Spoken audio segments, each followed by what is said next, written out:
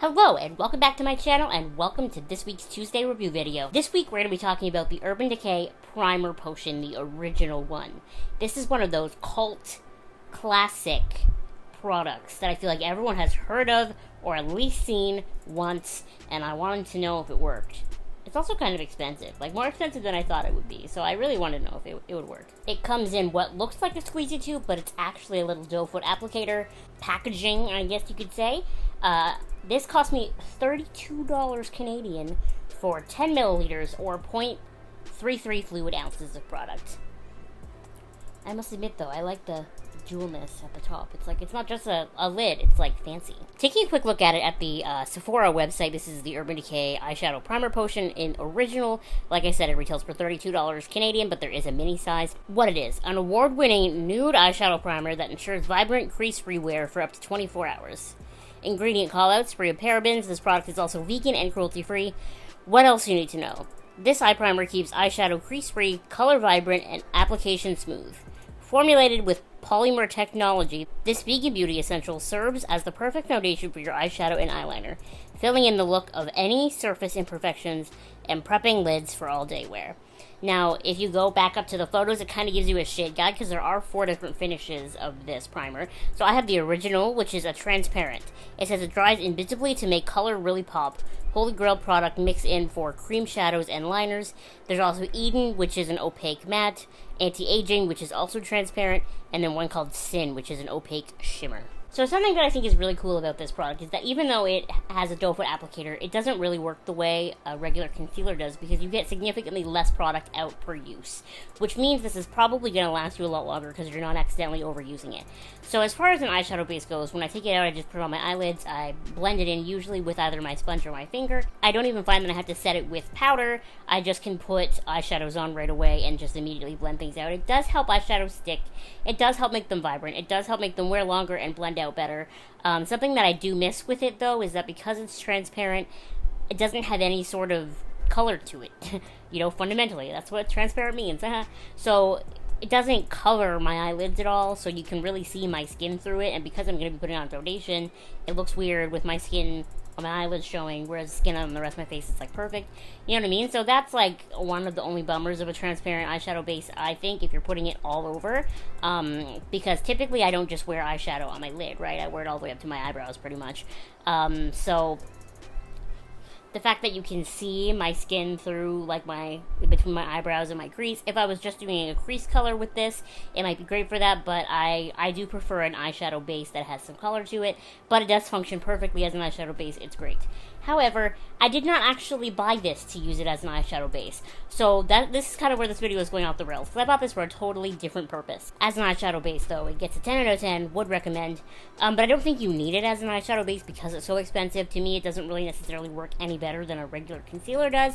So does it work great? Yes. But is it too expensive for an eyeshadow base? I think yes. However, I use this on my nose because foundations have a tendency to not sit right on my nose. They like to really, I have a lot of pores on my nose, and I have a scar over here from where my nose was pierced, and I have, these big old nostrils, and then I have a couple of really deep wrinkles right underneath. So I actually bought this to put on my nose before I put on foundation, and I don't remember where I got that idea from. It was from another video, an Instagram video, a YouTube, I don't remember where, but I know I didn't come up with it myself, but it helps tremendously. I put this on now, and foundation goes over my nose smoothly, and it stays all day, and I even find that when I wear my yellow glasses at the computer, I don't get as much foundation transfer onto the glasses as I did before. Don't get me wrong, I still get some. There's still a little bit of, notches in my foundation after. I don't think that can be helped at all, but it definitely does help grab it better. So the reason I actually bought this was primarily to use to see if it would help be a base on my nose, especially in the albeit rare occasion that I'm wearing a more full coverage foundation and I really want the makeup on my nose to look flawless. In that case, I was having a lot of issues before where foundation was pilling up and sitting weird and really emphasizing my pores, and I wanted something that would help smooth everything out and help grab onto the foundation and just overall make my nose look so much better, and that is what this does. So do I think an eyeshadow primer is actually worth $32? No, I don't. This is going to last forever, mind you, because you use so little, But I do think it's worth it if I'm using it as both an eyeshadow primer and a nose primer, which is a weird sentence. I know. And here's the thing. Face primers exist. I could just use a regular primer on my face, on my nose. But I don't want to, because I want something that is made to grab and stick. I don't want a silicone.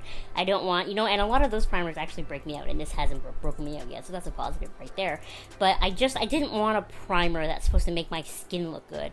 I wanted something that would fill in and grab, like something that would really help everything stick. And it just made the most sense to me that an eyeshadow primer would be what would work best. And my instincts were right, and also whatever video I stole that idea from. So I don't think this is worth the price unless you're planning on making it multi-use like I did. I haven't tried it under my eyes yet, under concealer. I wonder how that would work. I'm intrigued by that. But as of now, I definitely recommend this. I would say especially if you're a glasses wearer, because I definitely feel like it helps my foundation stay on my nose better than without this, because it has so much like grippiness to it, you know what I mean? I don't know, y'all. It was expensive.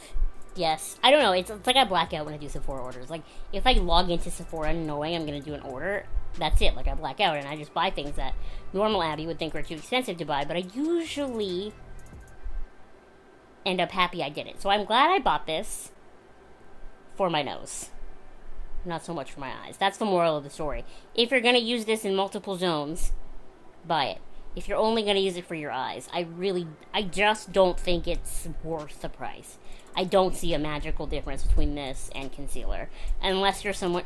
I haven't even tried this with loose glitter, so I can't even give it that caveat. I would say buy a glitter glue specifically if you're going to use loose glitter. But, honestly, like, for an eyeshadow base, this has no right being so expensive. But as a sort of dual face and eyeshadow primer, nah, sure, I'll take it. Anyway, thank you so much for watching this video. Make sure to give it a thumbs up and you subscribe to my channel if you have not subscribed already. And I will see you next time. Bye!